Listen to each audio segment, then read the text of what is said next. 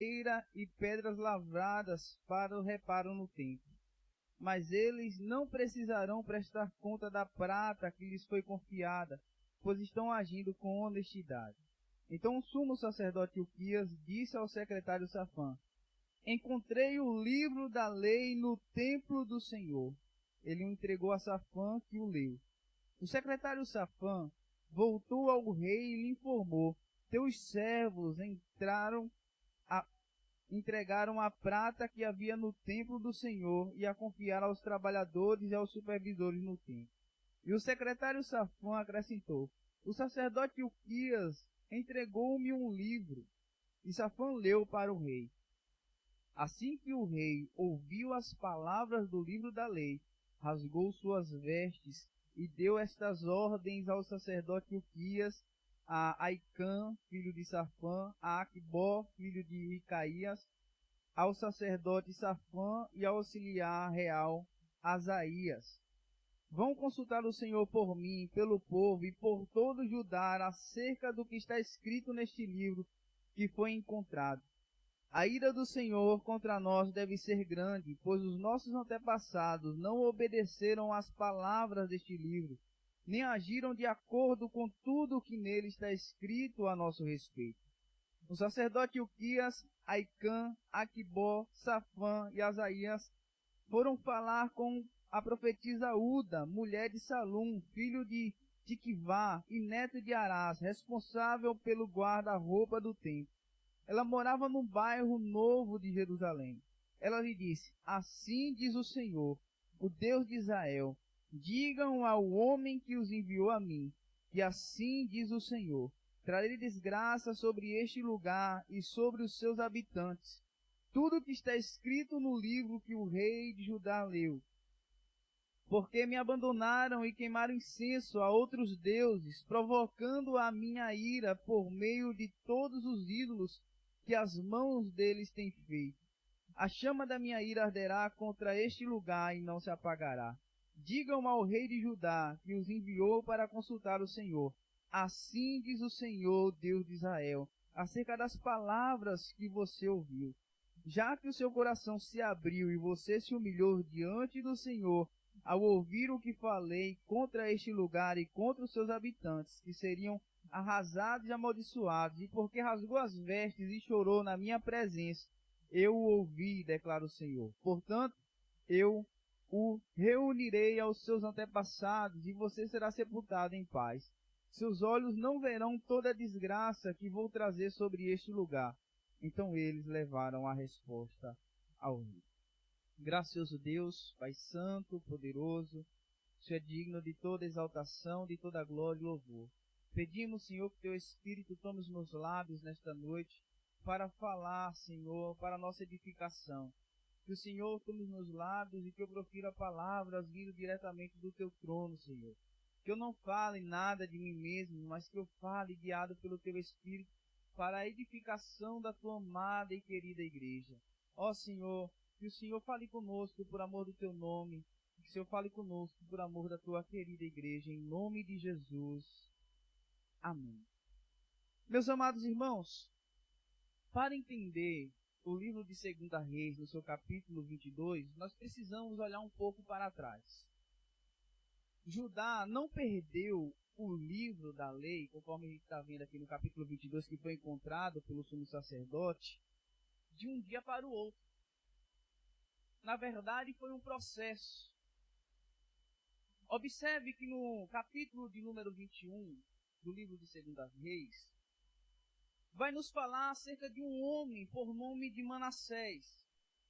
Manassés, meus irmãos, ele é o avô de Josias, este que leu o livro e se humilhou perante o Senhor. Só que diferente de Josias, que foi um homem que temeu ao Senhor, que nós vimos aqui na leitura que se rasgou perante o Senhor, se humilhou, se arrependeu de fato dos seus pecados, o seu avô, por outro lado, foi um homem que se desviou totalmente do Senhor. A Bíblia diz que Manassés governou por cerca de 55 anos, meus irmãos. Foi um dos reinados mais longos de Israel, de Judá, perdão. E ele foi o rei que mais corrompeu também Judá espiritualmente. porque esse Manassés colocou ídolos dentro do templo, ele edificou altares para o deus Baal, ele consultava médiuns e feiticeiros, e ele fez seu próprio filho ser sacrificado para um deus. O filho dele foi queimado pelo fogo, meus irmãos, como sacrifício. Foi um homem completamente perverso. E a Bíblia diz que após a morte de Manassés, surge um outro homem chamado Amon, que também vai seguir os mesmos conselhos do seu pai. Então, meus irmãos, a gente começa observando que o capítulo 21 de Reis nos mostra que esse Manassés, ele colocou o pecado como algo cultural, como algo normal na nação de Judá. E aí, meus irmãos, o erro virou cultura, virou algo que a população praticava deliberadamente. Era algo que tinha sido institucionalizado. E aí a idolatria, meus irmãos, virou um sistema na nação de Judá. Todo o povo de Judá se corrompeu e agora a idolatria se tornou normal. E agora o povo de Judá não presta mais culto a Deus, presta culto a Baal, presta culto a outros deuses estranhos, se desviaram drasticamente dos caminhos do Senhor. E isso se tornou uma cultura, porque o povo se acostumou com aquilo que era errado, meus irmãos. O povo se corrompeu por causa desse homem perverso, e aí, quando Amon ele assume o reinado, ao invés de ele se arrepender dos seus pecados, ao invés de ele voltar-se para o Senhor, a Bíblia diz que ele não se humilhou perante a Deus. E o seu reinado durou cerca de 2 anos. E ele morreu, meus irmãos, porque ele continuou na mesma corrupção que o seu pai. Ele deu sequência na mesma maldade do seu pai. E o resultado foi que não houve nenhuma reversão espiritual. O povo ainda continuava se corrompendo. O povo ainda continuava na idolatria. Estavam presos na idolatria. E aí, meus irmãos, quando Josias assume o reinado, veja o cenário que se encontra. O templo ainda estava ativo. O templo ainda estava funcionando, mas o que é que acontece? O pessoal do templo estava corrompido. Estava tendo os cultos, mas os cultos não eram mais a Deus. Os cultos eram para deuses estranhos. Estava corrompido o templo. Estava existindo culto, mas esse culto era distorcido. A liderança religiosa até existia, mas não tinha direção nenhuma. Era um povo totalmente perdido, meus irmãos. Mas o pior não é nem isso. O pior é que o texto nos diz que a palavra, a lei, estava perdida dentro do templo. A palavra estava no templo, mas estava esquecida. Veja, não estava destruída. Não foi uma nação inimiga que invadiu Judá e destruiu a lei, que destruiu o livro. Não. Não estava proibida, não tinha surgido um decreto que proibia de ser lido a lei, a palavra de Deus. O problema, meus irmãos, é que a palavra, o livro, estava esquecido dentro do templo. E isso, meus irmãos, com certeza é mais perigoso do que a igreja sofrer perseguição. Porque o livro da lei estava no templo, os sacerdotes estavam no templo, mas não fazia caso nenhum em relação ao livro da lei. É o reflexo, é o retrato de uma geração que se corrompeu drasticamente, que se perdeu, que perderam a noção do que é cultuar a Deus e do que é servir a Deus. E esse é o cenário que se encontra o rei Josias. E sabe como é que acontece a transição, meus irmãos? O primeiro versículo nos diz que após a morte de Amon, Josias assume o reinado de Judá. E ele assume o reinado, meus irmãos, com apenas 8 anos. É claro que, com certeza, ele era orientado, ele tinha um conselheiro. Mas ele assume o reinado de Judá com 8 anos, meus irmãos. E aí, com 16 anos, ele começa a buscar a Deus, conforme nós vimos na 2 Crônicas, capítulo de número 34. Com 20 anos, ele começa a purificação de Judá. E com 26 anos, meus irmãos, ele ordena a reforma no templo, conforme nós fizemos a leitura. E é nesse momento que nós chegamos aqui nesse texto, no qual eu irei fazer a exposição neste momento. A primeira verdade que nós encontramos aqui é que havia uma reforma externa sem a palavra ainda no centro. O versículo de número 2 nos diz, meus irmãos, que o rei Josias fez o que era reto ao Senhor. Ele andou em todo o caminho de Davi. E o ponto importante é que isso acontece antes do livro aparecer. Já está havendo uma reforma externa sem a palavra de Deus no centro. Porque Josias tinha visto o mau exemplo do seu pai e do seu avô, e ele estava com o coração inclinado para Deus. O coração de Josias entendia que o caminho do seu pai, o caminho do seu avô, levou toda a nação de Israel à perversão, e isso trouxe um castigo drástico para a nação de Israel, de Judá. Isso trouxe um castigo drástico para eles.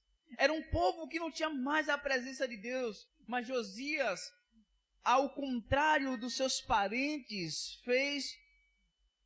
ele temeu ao Senhor e ele buscou a Deus, meus irmãos. E aqui a gente já tira como uma aplicação para as nossas vidas. O exemplo dos nossos antepassados não determina quem nós somos ou quem nós seremos.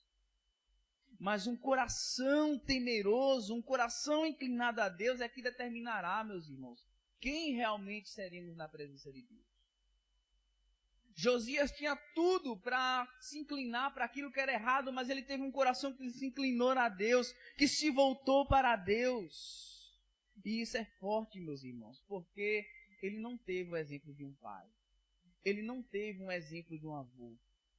Ele não teve um exemplo de um familiar, mas ele teve um coração que escolheu andar corretamente nos caminhos do Senhor. É uma reforma acontecendo mesmo sem a palavra no centro. Já está havendo uma transformação. E um detalhe importante, meus irmãos, é que nos versos 3 ao 7, ele manda reparar o templo, ele confia recursos aos trabalhadores e a integridade administrativa naqueles administradores, naqueles homens que estavam responsáveis pela construção do templo. E aí a gente observa que diante de tudo isso há uma organização, há zelo, há uma reforma visível. Tem algo acontecendo ali, meus irmãos. Tem uma transformação acontecendo. Mas o problema é que ainda falta algo, meus irmãos. A palavra ainda não tinha sido encontrada. A palavra ainda estava esquecida. E isso nos faz termos uma reflexão muito importante. É que é possível nós organizarmos igreja, é possível nós melhorarmos as estruturas, ajustar ministérios e ainda assim não ter a palavra como centro dos nossos cultos e das nossas vidas. É possível, meus irmãos, nós termos templos lindos, charmosos, bem iluminados, como este aqui que a gente fez uma reforma, e ainda assim a palavra não está no centro dos nossos cultos. A palavra ainda está esquecida dentro das nossas casas, dentro dos nossos templos. E isso é perigoso, meus irmãos. Porque a reforma externa sem a palavra, ela não sustenta uma transformação verdadeira. Transformação verdadeira só acontece mediante a palavra de Deus. Nós podemos ter tudo, ter um templo que consegue arrecadar recursos, nós podemos mexer em estruturas, derrubar e levantar prédios e ainda assim não sermos transformados. Porque o que transforma é a palavra de Deus. E aí a gente passa para a segunda verdade do texto, que é a redescoberta do livro. E aí essa redescoberta do livro gera um choque espiritual. Um choque de realidade para o rei Josias. E aqui está o ponto central, meus irmãos. Hilquias, ele não era qualquer sacerdote. Ele era o sumo sacerdote, ou seja, ele era o principal líder espiritual do templo. E mesmo assim, meus irmãos, o texto diz que ele só encontra o livro quando o pessoal vai lá para fazer a reforma. Só encontra o livro agora. E isso mostra o nível de abandono. O próprio líder espiritual havia esquecido também do livro. O livro estava perdido, meus irmãos. Veja o que é que ele diz no versículo 8. Parece até que é uma coisa impressionante. Ele chega e diz, eu achei o livro do Senhor. Meu Deus, não era nem para ter perdido. Ele é o líder espiritual. Mas ele chega, achei o livro do Senhor. E essa frase é pesada, meus irmãos. É uma frase chocante. Quando eu li esse texto, eu fiquei imaginando, será que ele está achando que foi grandes coisas encontrar o livro do Senhor? Uma vez que ele não deveria nem ter perdido? Isso é pesado demais, meu irmão. Sabe por quê? Porque o livro estava lá. O livro o tempo todo estava no templo, mas ele não era conhecido, ele não era lido e ele não era ensinado. E eu pergunto, o que é que o sumo sacerdote estava fazendo então, no templo? Se o livro estava perdido, ele estava ensinando o quê? Infelizmente, essa é a realidade de muitas igrejas do nosso país. Pessoas que há muito tempo se esqueceram do livro. E aí coloca qualquer coisa, meus irmãos, ensina qualquer coisa. E aí nós vimos um número crescente de cristãos sem vida com Deus, sem princípios cristãos, sem moralidade, perdidos. Porque aqueles que eram responsáveis por ensinar a palavra de Deus se esqueceram do livro, perderam o livro. E o livro agora está dentro do templo e está perdido, não está sendo lido, não está sendo ensinado, meus irmãos. E aí a gente segue o fluxo do texto. Ele encontra o livro, ele entrega o livro a Safã, que é o escrivão real. Safã lê o livro e ele leva ao rei. E aí o rei, ele ouve, meus irmãos. Ele ouve o que aquela lei diz. A palavra, ela percorre todo um caminho até chegar ao rei. E quando essa palavra chega a Josias, meus irmãos, vem a reação de Josias no versículo 11. O texto diz que ele rasgou as suas vestes. Josias já estava preocupado com uma transformação do templo, com uma reforma. Ele já estava preocupado com toda uma nação pervertida, perdida na imoralidade, na idolatria. Só que quando ele encontra o livro da lei, ele rasga as suas vestes. E isso significa, meus irmãos, isso mostra, na verdade, a dor espiritual que Josias estava sentindo. A consciência do pecado da sua nação. E o reconhecimento da ira de Deus, conforme nós vimos aí no verso 13. Ele diz, grande a ira do Senhor, porque nossos pais não deram ouvidos. Os nossos pais não escutaram os ensinamentos, os preceitos do Senhor. E aquele não culpa os outros, ele se inclui na culpa do povo, meus irmãos. E isso mostra o que é uma liderança espiritual verdadeira, porque ser líder não é culpar os outros, ser líder é se incluir no problema. Ele é o rei de Judá. Logo ele entende que ele também tem parcela de culpa nesse sentido. E aí, meus irmãos, trazendo para os nossos dias, o problema hoje não é a falta de acesso à Bíblia. Nós temos acesso à Bíblia de N maneiras. Nós podemos acessar na internet, celular, tablet, Bíblia de papel. Se a gente quiser comprar, a gente compra a Bíblia grega, a Bíblia hebraica, Bíblia NVI, NAA, NTLH, Bíblia de tudo quanto é jeito. Nosso problema não é falta de Bíblia, meus irmãos. Nosso problema é falta de reverência às Escrituras.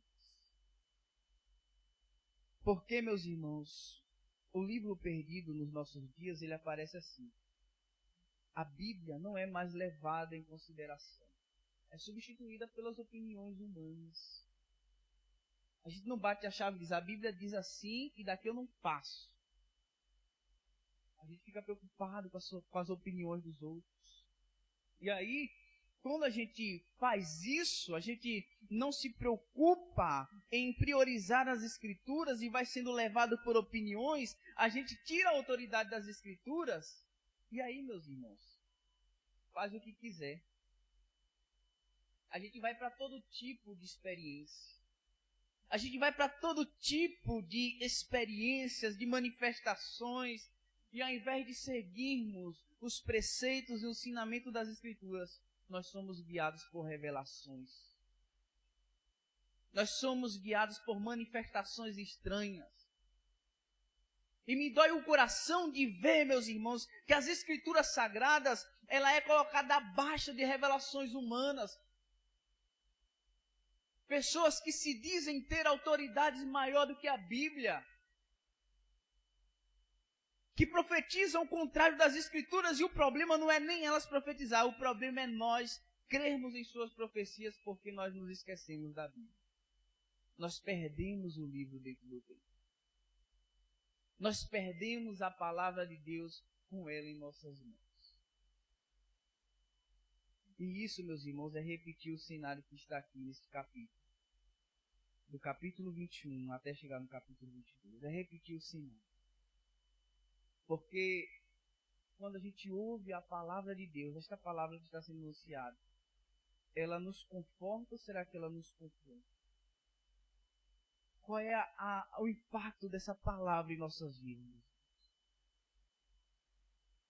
Quando Josias ouviu esta palavra, imediatamente ele rasgou as suas vestes. E aí a gente vê a terceira verdade do texto. Ele busca por uma direção, meus irmãos. Ele procura entender aquele livro da lei. Ele não para num momento de emoção, de êxtase, de tristeza profunda. Ele não para aí, meus irmãos. Ele quer confirmação de Deus. E o texto nos diz que eles vão procurar uma profetisa chamada Uda. E Uda é uma profetisa reconhecida, meus irmãos. E ela é consultada pela liderança. E isso já mostra algo. Ainda havia voz de Deus falando em meio a toda aquela corrupção, em meio a toda aquela idolatria. E a mensagem de Uda, meus irmãos, traz duas verdades. A primeira verdade que Uda nos fala é que, de fato, o juízo de Deus iria ser derramado sobre Judá. Era inevitável. O Senhor diz, através da boca de Uda, que ele iria julgar Judá por causa de toda a idolatria que havia cometido. Porque eles se entregaram de fato ao pecado. E o pecado coletivo tem consequências, meus irmãos. Só que a segunda mensagem que Uda traz, a primeira é de juízo para toda a nação de Judá. Mas a segunda mensagem que Uda traz, aí no versículo 19, é uma mensagem de misericórdia pessoal. Ela diz, Deus vai julgar Judá. Deus vai trazer juízo sobre essa nação idólatra que se corrompeu. Mas você, Josias, por quanto teu coração se quebrantou, porque você se rasgou, porque você se humilhou, você será poupado. E por que Josias foi poupado, meus irmãos? Porque ele teve humildade, ele teve sensibilidade à palavra de Deus e ele teve arrependimento genuíno. E isso se aplica também em nossas vidas, meus irmãos. Se de fato nos humilharmos diante do Senhor, se nos arrependermos dos nossos pecados, se voltarmos para o Senhor em sensibilidade à sua palavra, certamente Ele nos poupará. Certamente Ele nos acolherá, meus irmãos. Ele nos livrará dos grandes juízos de Deus. Porque nesse contexto em que estou falando, em aplicação para as nossas vidas, Judá é todo esse sistema do mundo que se corrompeu em idolatria, em imoralidade, em tantas coisas, mas se nos arrependermos dos nossos pecados, mediante a todo esse contexto de idolatria, Deus poupará as nossas vidas. Deus nos livrará do grande e justo juízo de Deus. A voz de Uda ainda ecoa nos nossos dias. E Deus diz para nós, esta nação corrompida, esta nação idólatra, essa nação imoral será julgada. O juízo de Deus será derramado. Mas quem se arrepender dos seus pecados alcançará misericórdia e graça da parte de Deus.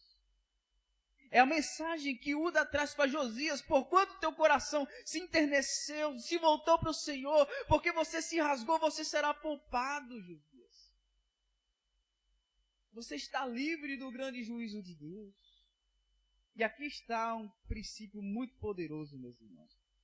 Porque todo esse sistema do mundo será julgado por Deus. Mas o indivíduo que se arrepender dos seus pecados será poupado do grande juízo.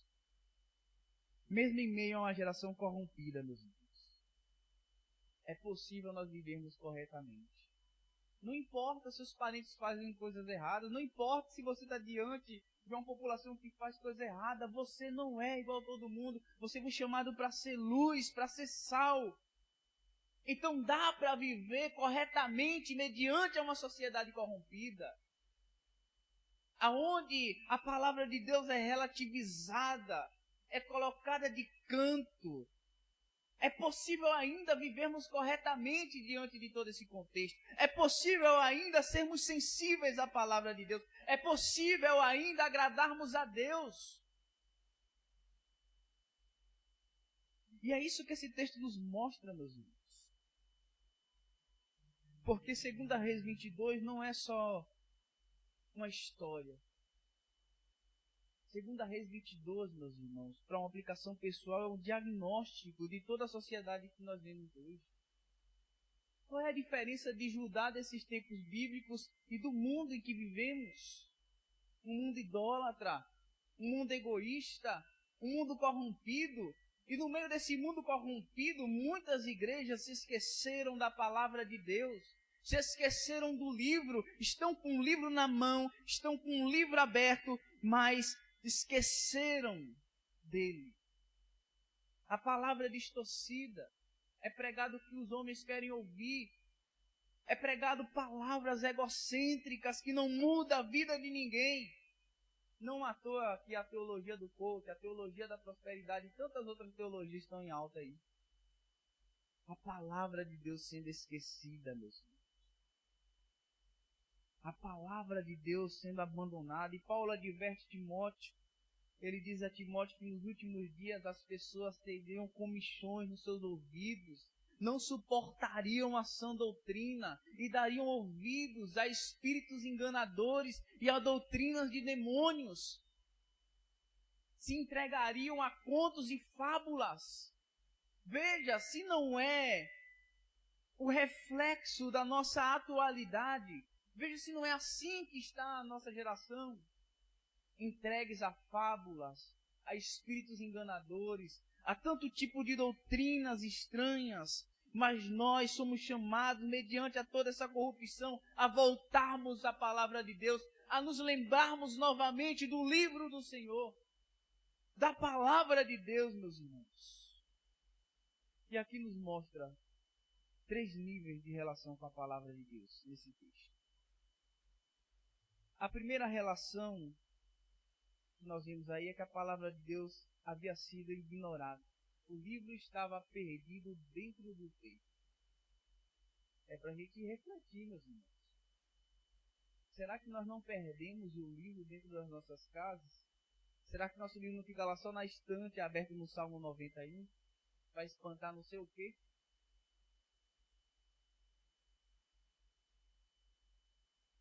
É a relação que as pessoas tinham com a palavra de Deus, mas aí vem a segunda relação. O livro, ele é lido, a palavra é ouvida. E aí a gente passa para a terceira. Depois de ouvida, a palavra é obedecida, ou seja, o livro é vivido, porque não basta apenas termos, não basta apenas lermos, nós precisamos viver a palavra de Deus. A palavra de Deus precisa ser vista em nós na prática. Nós precisamos ler e aplicar esta palavra para os nossos dias, meus. E a realidade de hoje é que o livro não desapareceu, ele foi substituído. Ele foi relativizado. Ele foi deixado de lado, meus irmãos, dentro da própria igreja. E no lugar dele foi colocado o misticismo. Foi colocado a emoção, o emocionalismo sem base alguma. Foi colocado um evangelho adaptado para confortar as pessoas. E não um evangelho que confronta. E aí, meus irmãos, diante dessas verdades, a pergunta que fica não é se nós temos uma Bíblia. A pergunta não é, você tem uma Bíblia? E se eu me perguntar isso, certamente você dirá, eu tenho uma Bíblia. A pergunta é, a Bíblia governa a sua vida? A Bíblia direciona os seus passos? A Bíblia é colocada em prática na sua vida? Essa é a reflexão que nós devemos fazer, meus irmãos. Então, diante dessa exposição, eu gostaria de chamar todos nós a voltarmos. Se esquecemos do livro, vamos voltar para este livro.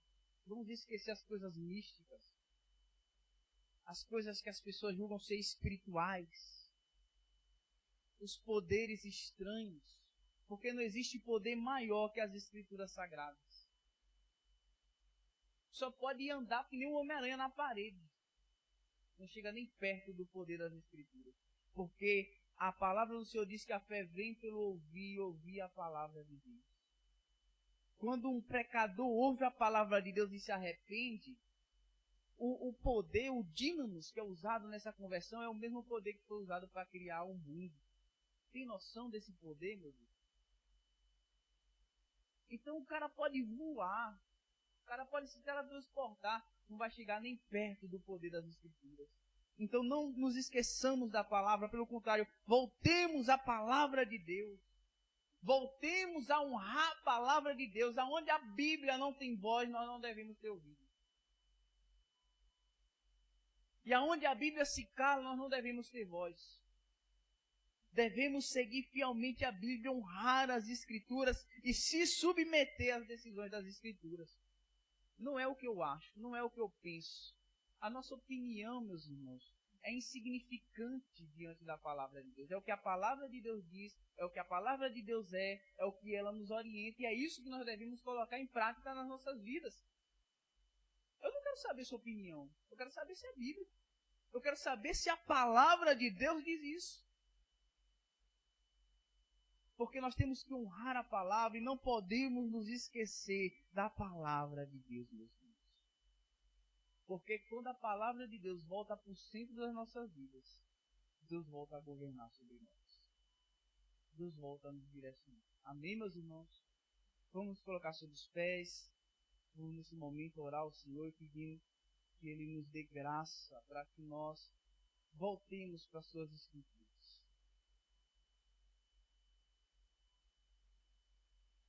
Gracioso Deus, Pai Santo e Poderoso, em nome de Jesus nós oramos a Ti nesta noite. Nós te agradecemos, Pai, por esta palavra que fala tão prontamente aos nossos corações. Ó Senhor, como a Tua palavra é atual, como a Tua palavra é viva, Senhor. Como diz Billy Graham, ela é mais atual que o jornal que sairá amanhã. Ó Senhor, nós te damos graça por esse texto que nos confrontou nesta noite. Que nós voltemos para as Escrituras. Que nós voltemos para a Tua palavra. Que nós não deixemos a Tua palavra esquecida, Pai. Nos ajuda a voltarmos para Ti, a voltarmos para a Tua palavra, a sermos obedientes ao Senhor. Em nome de Jesus. É o que nós te pedimos, Senhor. Amém. Estenda suas mãos. O grande amor de Deus, a graça do nosso Senhor Jesus Cristo, as doces consolações e a comunhão do Espírito Santo estejam com todos nós, hoje e para todo sempre. Amém. Que Deus abençoe, meus irmãos, e conduza em paz.